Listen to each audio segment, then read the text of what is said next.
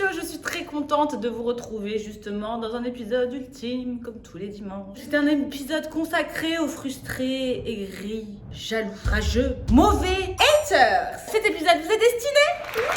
C'est le deuxième Réponds-moi, mes haters de Lolo Bébichos. J'avais fait un épisode juste après mon accouchement, justement de Lolo Bébichos exprès répond à ses haters, patin, couffin. Donc j'avais répondu un petit peu d'une façon, on va dire, bref, avec mon tact légendaire. J'essaye de pas regarder les critiques, la plupart du temps je ne les regarde pas. En plus de ça, je réponds très rarement. J'avais vraiment envie de refaire un épisode Réponds à mes haters parce que c'est vrai que je leur donne jamais du crédit. Et là, j'avais envie de leur en donner parce que des fois, je vois des conneries et ça. C'est vrai que ça peut me ronger un petit peu, ça peut m'énerver. Mais bon, au quotidien, votre franche, m'en bats les couilles de votre vie. Hein. Pourquoi d'habitude je ne réponds pas forcément aux attaques méchantes de mes haters? Tout simplement parce qu'en fait, je suis une personne heureuse dans ma vraie vie. Et j'essaie un maximum de partager, on va dire, mon énergie positive et mon bonheur sur mes réseaux sociaux. Et je pense que ça se voit. Je pense que c'est pour ça qu'aussi j'ai une victime que je vous aime. D'ailleurs, n'hésitez pas à vous abonner à la chaîne si ce contenu vous plaît. Ou tout simplement à me suivre sur mes réseaux sociaux. Mais ça m'a voulu beaucoup de critiques. Oui, Laura, tu ne réponds jamais. Oui, Laura, en fait, tu as peur. Oh, excusez-moi, j'ai tellement peur. Oh là là, mon Dieu. J'en dors pas la nuit. Ah, croyez-moi, on est vraiment très attristés de tout ce que vous pensez d'ailleurs. Les haters, moi personnellement, j'ai limite envie d'aller me jeter par la fenêtre. D'ailleurs ça, parlons-en parce que quand vous voyez là, en fait ce qui s'est passé c'est que j'ai ouvert mon putain de placard et c'est tombé sur mes pieds. Non parce que je sais qu'il y a tout le monde qui vont dire oh là là, regardez son dressing derrière, elle fait la belle, elle a pété sa planche. Alors ça c'est typiquement un commentaire de haters qui peut arriver sous cette vidéo. Hein. D'ailleurs je pense à ma team plus jeune qui souffre énormément et qui vont peut-être se reconnaître sur cette vidéo, l'harcèlement sur les réseaux sociaux. Même si vous avez un moindre de followers, ça existe. Sur ça, ne vous laissez pas embourber là-dedans. Faut pas que ça vous atteigne. Sachez que ces gens-là, ils sont plus malheureux que vous. Ils sont encore moins bien dans leur peau que vous. Donc du coup, je vous explique. Là, dans ce carnet vert, on l'applaudit s'il vous plaît. Voilà, j'ai noté, on va dire, quelques petites phrases types et qui sont là dans le quotidien par DM ou par, vous savez, message sur YouTube. Donc j'ai tout noté sur ce petit calepin. La télé-réalité, ils font tous la même chose, des gosses et le mariage. Alors quand tu lis ça, tu te dis putain mais la meuf, est-ce qu'elle a réfléchi avant d'écrire ou pas du tout? Y a-t-il des gens qui peuvent lui expliquer qu'à partir de 30 ans, on fait des enfants et on se marie? Qu'à un moment donné, c'est l'évolution de la vie qui veut ça et qu'on fait pas forcément ça pour les gens ou pour les followers ou pour faire beau sur les réseaux, mais tout simplement parce qu'on a une vie en fait, on est vivant. Deuxième commentaire. Alors celui-là, en ce moment, c'est mon fétiche. Laura et Nicolas grattent les partenariats pour leur mariage. Oh putain. Ah, je vais me faire plaisir. Dans quel monde vous vivez? Est-ce que vous pensez vraiment que c'est possible d'organiser un mariage 100% gratuit? C'est strictement impossible. Donc ça, il faut que ça rentre dans la tête de certaines personnes qui sont à l'affût sur tout ce qui est partenariat, etc. Alors à savoir, on dirait qu'on est les seuls influenceurs au monde à avoir créé une boîte mail pour répondre à la demande de nombreux prestataires qui, eux, ont peut-être aussi envie de visibilité, qui n'ont pas forcément les moyens d'obtenir des grandes panneaux publicitaires, de passer à la télé ou etc et qui trouvent utile un échange de bons procédés sur les réseaux sociaux. Oui, j'établis une boîte mail de collaboration parce que sur mes DM et sur les DM de Nico, j'ai une tonne de collaborateurs qui ont envie d'avoir une publicité à moindre coût pour eux, que peut-être ça peut les aider aussi à accroître donc leur entreprise. Mais ça, c'est pour que ça rentre, hein, parce que c'est pas du vol. Hein. Combien de personnes avec qui j'ai collaboré m'ont dit, et je peux tous vous les signer maintenant à l'heure actuelle, on dit Laura, merci, j'ai gagné en visibilité sur mes réseaux sociaux, j'ai gagné en followers, j'ai pu me faire connaître et j'ai pu organiser tel ou tel événement. On m'a appelé parce que j'étais un super bon traiteur grâce à toi. Les gens, ça leur a donné envie. Vous pouvez penser au côté positif et pas forcément au côté négatif. Ça se passe comme ça aux États-Unis, ça se passe comme ça dans de nombreux pays, même nous aux Émirats avec les influenceurs. Par contre, nous, ça dérange le fait de parler de prestataires. Alors moi, je n'ai aucun problème à parler de prestataires. Et bien sûr, c'est un mariage qui peut être réalisé avec certaines choses. Je dis bien certaines choses parce que dans votre tête, vous pensez que tout est gratuit, ce que n'est pas le cas. Donc ne vous inquiétez pas, je vais payer, hein, parce que pour tous les gens qui pensent ouais, tout, elle paye pas, nanani, nana, qui sont là, qui disent oh là là, ils ont tout gratuit, moi j'ai payé le je paye en fait, comme tout le monde. À un moment donné, arrêtez de penser ça. C'est juste que, je suis désolée, mais s'il y a certaines collaborations qui arrivent, on se met d'accord et oui, on fait de la collaboration. Et ça a été avec tous les mariages de tous les influenceurs. Hein. En fait, tout simplement, je vais vous expliquer pourquoi. Parce que la personne qui est derrière et qui dit oui, c'est gratuit pour eux, vous avez les boules.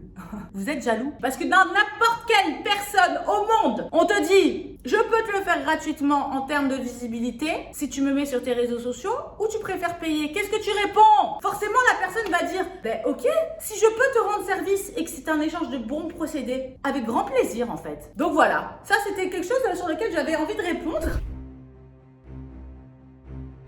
Alors à savoir que les haters sont vraiment basés sur l'argent, c'est quelque chose qui les dérange énormément et c'est surtout un sujet très tabou, voilà. Donc en gros c'est youpi presque plus de placement de produits. Du coup ils crèvent tous la dalle et ils vont tous sur YouTube. Laura la première. Alors je vais t'apprendre quelque chose. Critiquer l'argent d'autrui ou ce que gagne autrui ne te fera pas gagner plus toi sur ton compte en banque. Pour la deuxième petite réponse, YouTube. J'y suis depuis 1 an et demi bientôt. J'ai créé ma chaîne spéciale grossesse au début. Forcément, je ne suis plus enceinte, je reste dans le sans tabou. Mais ma chaîne reste familiale, enfant. Il y a les influenceuses qui arrivent sur YouTube. Bien sûr qu'elles ont le droit d'être sur YouTube. Il est où votre problème en fait? On monétise beaucoup de réseaux sociaux parce que c'est notre métier. Et quoi que vous en pensiez, c'est un nouveau métier l'influence. Mais c'est un métier qui saoule parce que forcément, on ne comprend pas pourquoi certaines personnes arrivent à faire ce métier-là, tandis que d'autres personnes, malheureusement, je suis complètement d'accord avec vous, on fait plus d'années d'études et sont pas autant, on va dire, favorisées que ces personnes-là. C'est pas juste. Je n'ai jamais regardé la vie des autres. Je me suis beaucoup focalisée sur la mienne, que j'avais envie de me donner les moyens de faire. Je ne suis pas restée sur mon canapé en train de critiquer les uns et les autres sur le fait que eux, ils avaient des choses que moi, j'avais pas. Les ongles trop longs, pas classe. Et en plus, pour le petit, tu peux lui faire mal. Pour votre gouverne, j'aime les ongles longs. Ça fait des années que j'ai les ongles longs, que ma mère a les ongles longs. Que tu ne trouves pas sa classe, je m'en tape le cul. Si j'avais un problème avec mes ongles pour justement changer les couches de mon fils ou faire quelque chose, croyez-moi que je ne suis pas débile, je les aurais coupés. Donc si j'arrive à faire des choses avec mes ongles et que toi tu n'arrives pas à faire les choses avec les tiens parce que justement toi tu n'étais pas à l'aise avec des ongles longs, chacun sa merde et Dieu pour tous. Mes ongles je les aime longs, j'ai pas de problème à torcher le cul de mon fils, tout va très bien, ne t'inquiète pas, donc occupe-toi de torcher le cul de tes enfants avec tes ongles courts et arrête de me faire chier, cordialement. Ensuite, les Lozina, ils sortent jamais. Ils sont tout le temps en famille. Ils ont pas d'amis. Et là, je me dis, ça, je pense que ça peut être des petits haters de la team plus jeune qui pensent qu'en fait, à un moment donné, on est obligé de voir ses amis tout le temps. Mais tu sais, à un moment donné, tu grandiras et tu verras que en fait, c'est ta famille qui te suffit à toi-même. Tes enfants, ton mari, etc. Et qu'en fait, tu te complais dans cette petit univers qui est le tien et que tu vas voir tes amis de temps en temps. Parce que si tu es tous les jours avec tes potes à 33 ans, c'est que tu te fais chier dans ton couple et dans ta famille. Tandis que quand tu as 33 ans et que tu restes focus sur ta famille, etc., etc., enfin, moi, c'est ce que je fais et je parle en mon nom, attention. Je ne juge aucune situation. Ne faites pas l'amalgame. Et moi, j'estime que je suis bien avec mon mari, avec mon fils et que je n'ai pas forcément le besoin d'aller tous les jours voir mes copines ou mes potes ou organiser des trucs tous les jours. Tu n'as pas honte de te mettre en lingerie pour un placement de produit? Grosse p***. Ça n'est pas les mains mortes.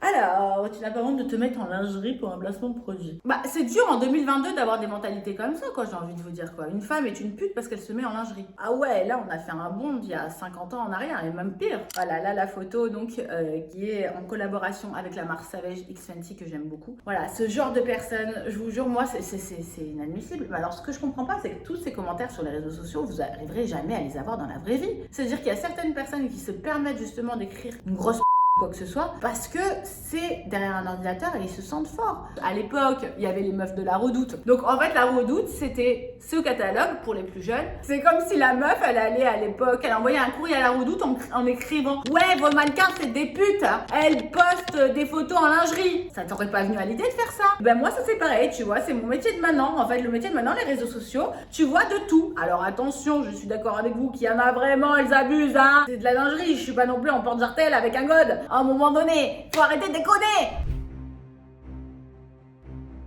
Tailleur échancré, pas digne d'une maman. Alors, sous prétexte que t'es mère, tu ne peux plus être sexy. Alors ça, c'est pas possible, ça va pas ensemble. T'es mère, t'es plus bonne à donner au cochon, t'es plus une femme, t'es une mère, quoi. Mais c'est quoi ça? Non mais regardez la photo, s'il vous plaît, la photo. Tout ça parce que quoi, c'est échancré. Mais alors, une femme n'a plus le droit d'être sexy une fois qu'elle est maman? Alors, je vous explique. Ça, c'est le stéréotype de femme qui a eu 4 gamins, qui est malheureusement un peu débordée par ses 4 enfants, qui n'a pas d'aide à la maison, qui est malheureuse, je pense. Et ça, c'est horrible en fait. Elle doit sentir très très mal dans sa peau. Très mal dans sa peau parce qu'elle, justement, elle ne peut plus porter ce genre de tailleur un petit peu échancré parce qu'elle se sent mal. Et au lieu de me critiquer à moi, lève-toi ton cul, ton canapé, essaye d'être une femme sexy, essaye d'être une femme bien dans ta peau. Mais moi, je trouve ça magnifique, une belle maman qui s'assume. Moi, une belle maman qui arrive super bien habillée, super classe, un poil sexy, je vous ai pas dit trop. Une femme, ça doit sentir bien dans sa peau.